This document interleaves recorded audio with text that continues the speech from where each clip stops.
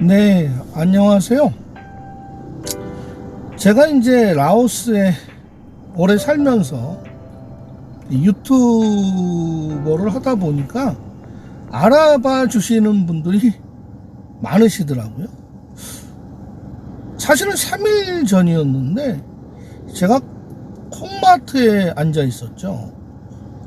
어떤 분이 카트를 끌고 젊은 여성분이랑 이렇게 쇼핑하시다가 오시더니 저 혹시 히트맨님 아니십니까? 하시는 거예요. 예, 맞습니다. 시청자님이세요? 알아봐 주셔서 감사합니다. 그랬더니 잠깐 그 여성이 이제 물건을 이것저것 막 사러 다니는 사이에 저한테 다시 오셔서 시간이 되면 그냥 조금 얘기 좀 나눠보고 싶어서요. 그래서 제가 그때 남이도 옆에 없는 시간이라서 예, 그렇게 하세요. 이런저런 이야기를 나누게 됐어요. 그 카트를 끌고 가시는 분은 라오스 여성이 아니고 베트남 여성이라고 이야기를 하시더라고요. 베트남 여성이래요. 베트남 여성이나 라오스 여성이나 보면은 별로 육안으로 느낄 수가 없습니다. 근데 어떻게 베트남 여성을 만나셨어요? 그랬더니 그러니까 한국에 아는 지인이 BNTN에 그 주재원으로 근무를 하셨고 베트남 하노이에서도 근무를 하셨고 그러다가 BNTN 라오스 BNTN에 와 있는 베트남 여성을 소개를 해서 SNS 상에서 이제 그 앱챗으로 대화를 하다가 라오스 오셔서 만나게 됐다고 하시더라고요. 지금 사시는 데는 보통 여기 한국 분들이 한 달 살기 오시면 콘도가 보통 한 400불, 500불 선에서 사시는데 저도 잘 아는 콘도예요. 썬 땡땡 콘도라고 800불짜리. 그러니까 거실 하나에 방 2개 있고 좀 넓고 옵션이 잘 갖춰진 곳에 사시고 계신데요. 좋은 데 사시네요. 그 여성이 그리로 잡았답니다. 지금 한 달 보름째 생활을 하고 계시답니다. 여기 오실 때는 뭐로 이동하세요? 렌트카를 하나 빌리셨더라고요. 현대 SUV 700불에 하나 빌려서 타시고 그럼 800불 700불 하면은 1500불이죠 1500불에 한 달 살기를 하고 계시는 거예요.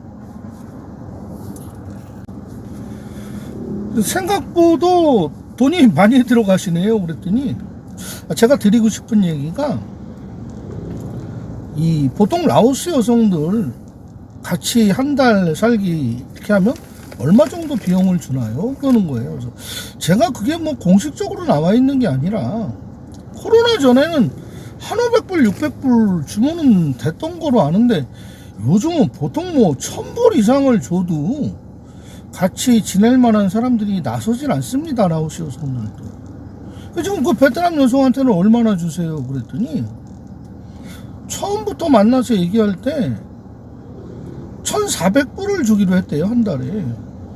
개인의 능력이 되시면 그렇게 주실 수 있죠. 이분 같은 경우에 이제 한국에서 튼튼한 그 대기업이라고 할 정도의 기업에서 장기 근속하시고 은퇴를 하셨더라고요. 경제적으로 여유가 있으신 거죠. 그래서 같이 지냈는데 바깥에 마트 나오는 거 외에는 시내 같이 나가는 걸 굉장히 싫어하더랍니다. 그리고 수시로 베트남 지인들이 집이 넓으니까 찾아와서 잠도 자고 가고 샤워도 하고 가고 잠깐 앞에 나가서 담배 피고 동네 한 바퀴 돌고 골프 연습장이라도 혼자 다녀오시면 집안에 샤워한 채로 대형 타올만 걸치고 여자친구들이 머리 말리고 있고 그리고 근처에 베트남 음식점, 태국 음식점 가서 수시로 밥도 같이 먹고 그러니까 한 번 밥 먹을 때마다가 한국 돈 8, 9만 원씩 식대도 나간다고. 근데 이거 제가 지금 잘하는 건지 모르겠습니다. 그래서 그래서 제가 거기에 대해서 답을 드릴 수가 없지요. 그분이 원해서 하시는 일인데 제가 뭐 그렇다 아니다 정의를 내릴 수가 없는 거죠. 근데 중요한 거는 한 달 보름 정도 됐는데 뭐 일주일에 한 번씩 베트남 친척들이 그렇게 온다는 거예요. 그래서 베트남 친척들이 와서 올 때마다 뭐 돈이 들어갈 일이 있다고 그래서 뭐 100불 200불 이렇게 수시로 주고 하셨답니다. 그리고 밤에 뭐 잠자리 하는 것은 뭐 일주일이면 5일 동안 친구들이나 지인들이 와 있으니까 오히려 눈치가 보이고, 그래서 빨리 이 조기 종영을 좀 하고 싶은데 뭐라고 해야 될까요? 하시는 거예요. 그래서 아니 그냥 한국에 가신다고 하세요. 한국에 일이 있어서 내가 더 이상 여기 머물지 못하겠다. 그리고 종영을 영화 상영을 마치시면 됩니다. 그랬더니 이제 한국에 간다고 했더니 그렇게 뭐 3개월 살러 왔다고 하면서 한 달 보름 만에 가면은 자기는 어떡하냐, 자기는 하던 일도 멈추고 이렇게 생활을 하고 있는데 다시 직장으로 돌아갈 수도 없고, 그래서 이제 미안한 생각이 드니까 아 내가 돌아가게 되면 미리 얘기해주고 너한테 그 정도 그 어떤 생활에 보탬이 될 수 있는 그 돈이라든지 물질적으로는 좀 보장을 해주겠다, 그렇게 이야기를 했다는 거예요. 그리고 이제 이 여성이 뭐 나이 차이는 많이 나죠. 근데 이분의 이제 개인 신상 정보를 위해서 제가 나이는 밝히지 않겠습니다. 그래서 이렇게 좀 아무래도 한국 남성이 돈을 뭐 2, 3천 불씩 드리고 젊은 여성과 지낼 때는 좀 아기자기한 그 밤에 즐기는 것과 이게 맨살이 좀 와닿는 스킨십이라든지 이런 거를 기대를 하잖아요. 솔직히 남자들은 지푸라기 잡을 힘만 있으면 그렇게 가지 않습니까? 그래서 이제 그렇게 하면 그 전날 뭐 좀 쇼핑센터 가서 좋은 거를 사줬다든지 선물을 한 날은 잘 응해주고요. 그날 뭐 아무것도 사준 게 없던 날이다 그러면 굉장히 이렇게 좀 차갑게 대하고 거부 비슷하게 한다는 거죠. 그게 참 밤에 그 거부당하면 기분 참 그 참담하고 좀 그런 거 있잖아요. 그래서 제가 그랬어요. 아니, 왜 그러면 처음부터 그렇게 시작을 하셨냐, 며칠 정도 지내보시고 결정을 하시지. 그리고 콘도도 제가 볼 때는 그 여성이 좀 큰 곳을 얻고 시설이 좋은 곳을 얻은 것은 자기 베트남 친구들을 숙소화하기 위해서, 아지트화하기 위해서 그렇게 한 것 같은데 그런 것도 좀 아쉬운 부분으로 저는 좀 생각이 듭니다. 네, 그래서 제가 고민이 되던 차에 마침 마트에 와서 보니까 우리 히트맨님이 있어서 이렇게 여쭤보는 겁니다. 제가 잘못하고 있는 거 맞지요? 제가 그 부분에 대해서는 대답을 하지 않았습니다. 제가 무엇이 간데 그분의 사생활에 잘했다 잘못했다 말씀을 드릴 수 있겠습니까? 그거는 힘든 이야기잖아요. 그래서 제가 그 이야기를 해드렸어요. 지금 이 시간 이후부터는 돈을 더 이상 지출하시지 마시고 무엇을 사달라고 하면 정확한 이유, 왜 그것이 필요한지, 내가 지금까지 너에게 사준 것과 해준 것과 돈을 준 것이 꽤 되는데 이제는 그런 것도 서로 좀 입장을 생각해서 경제적인 내 지갑의 형편도 감안해서 좀 해주면 좋겠다. 그렇게 그냥 번역기를 통해서라도, 그분은 지금 베트남어를 하고 있나 봐요. 그래서 번역기 통해서 어차피 얘기하는 거면 라오어보다는 오히려 베트남어가 더 번역이 용이하고 다양하게 되니까 그렇게 하십시오라고 말씀을 드렸습니다. 근데 제가 참 이 부분에서 답답한 게요, 우리 한국에서는 할 수 없기 때문에 한국에서 젊은 여성과 그렇게 한두 달, 석 달 동거해 볼 수 없잖아요. 그래서 이제 많이 동남아시아, 베트남도 가시고 캄보디아도 가시고 라오스, 태국 오시는데 그 모든 게 한국 같지가 않으니까 그냥 이렇게 다 줘야 되나 보다. 그리고 또 한국에 비해서는 워낙 들어가는 비용이 한국의 절반 정도다 생각을 하니까 쉽게 주시는 것 같아요.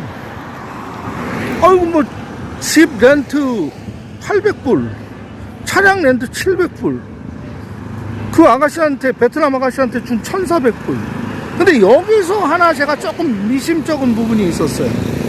보통 800불 같은 콘도는 얻을 때 한 달, 두 달은 주지 않고 만약에 3개월을 얻는다 그러면 3개월 정도 데파짓, 그러니까 38이 24, 2400불 정도 맡겨놓고 나갈 때 찾아가는 형식인데 데파짓을 6개월치를 넣었다는 겁니다.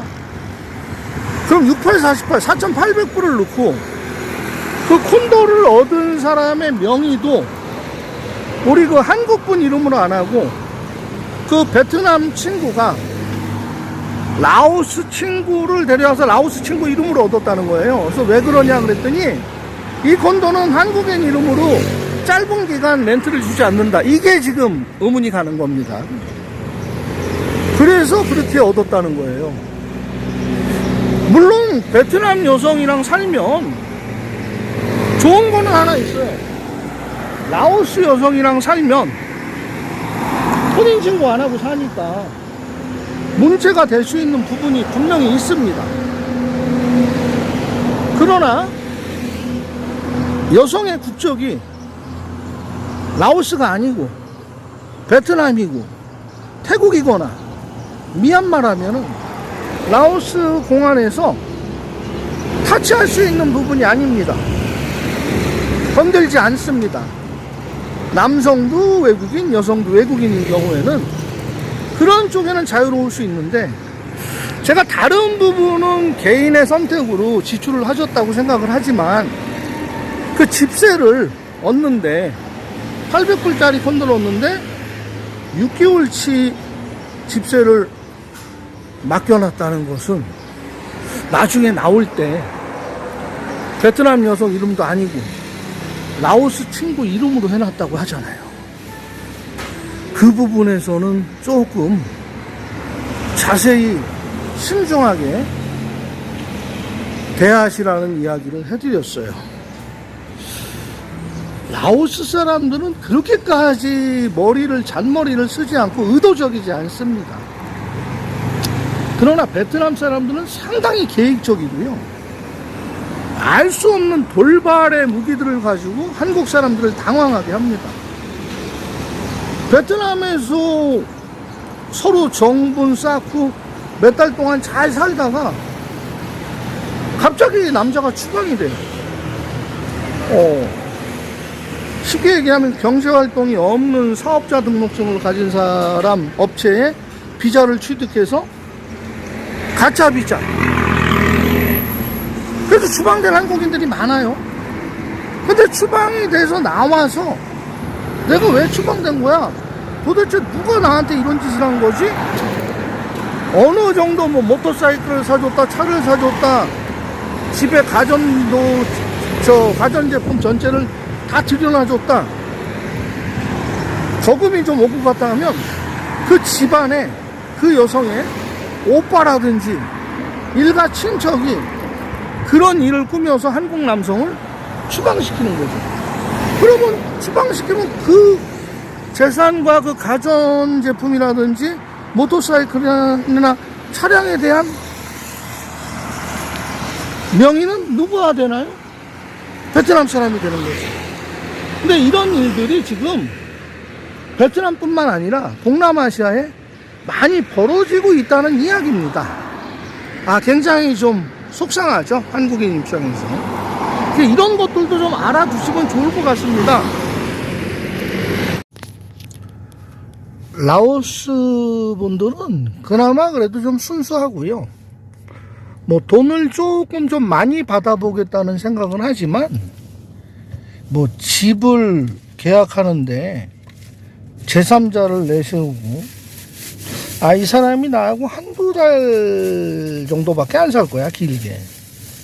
근데 집세는 일단 6개월을 내놓게 하고 나중에 이 사람 돌아가게 되면 그 돈에서 내가 좀 이익을 좀 많이 취해야지, 이런 생각은 안 합니다, 솔직히.